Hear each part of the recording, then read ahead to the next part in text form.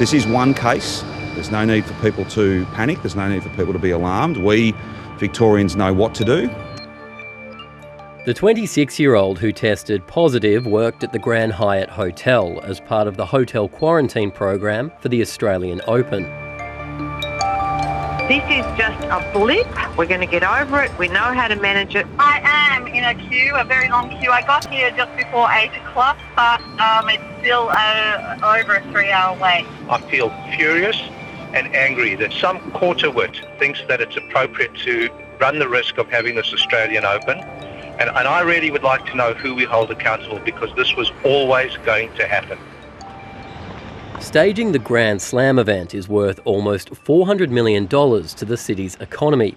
It brings in top players, teams and tourists from all over the world. I hope no one else has gotten it, but there's a lot of questions going off in my head. It's like, how did this one person, I don't know how he would get it. Mike Stevens is an American tennis racket technician.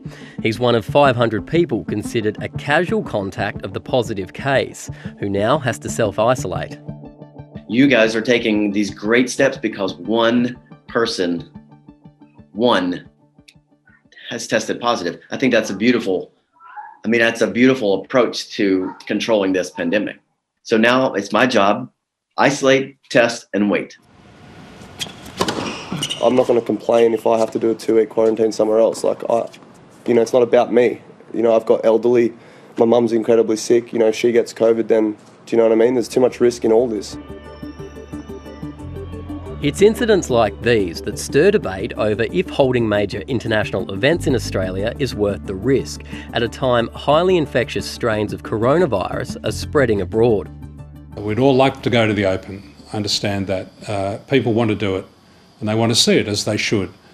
But really, in the scheme of things, I don't think it is important as making sure that we don't get any of these new variant strains out in the community. We would not have made this decision to go ahead without the full endorsement support of the Victorian government. But the program we had in place is world-class. After hotel quarantine infections in major cities across the country, the latest case has raised more questions about how this could keep happening and if aerosol transmission is to blame. We know a lot more now that the new variants of the virus are that much more transmissible by aerosol. We've seen recurrent episodes of infections occurring in hotel quarantine, mainly because ventilation in hotels has not been properly addressed. Despite overwhelming evidence supporting airborne transmission of this virus, it has not translated into meaningful guidance on keeping people safe in indoor environments. No state health authorities have definitively linked recent breaches to aerosolised COVID, but it is being considered. One of the things we can't rule out is that there's aerosol transmission, so airborne transmission of this. That is very challenging. And no doubt this will be a feature of the report that I'll give to National Cabinet tomorrow. Hotels, of course, were never set up to be quarantine reception facilities. The ventilation air conditioning systems in hotels were not meant to work like the ventilation air conditioning systems that you would have in a proper quarantine facility. Knowing that there are more serious variants of this virus sweeping Europe, the United Kingdom, the United States, Brazil, South Africa and so on, we have to revamp and renew and rethink how we work our quarantine arrangements. Infectious disease expert Dr. Michelle Anandaraja is one of 400 medical experts who today signed an open letter to the federal and state governments, urging them to take the threat of airborne transmission more seriously.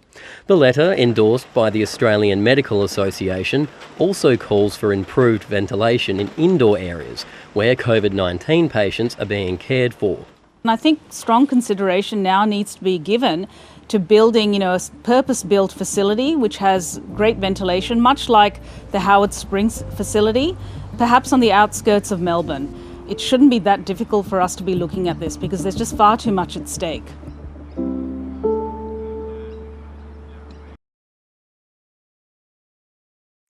Hi, I'm Lee Sales. Thanks for watching this story. If you'd like to watch more of 730's stories, they are on the left of your screen. And tap on the button below to subscribe and get the latest from ABC News.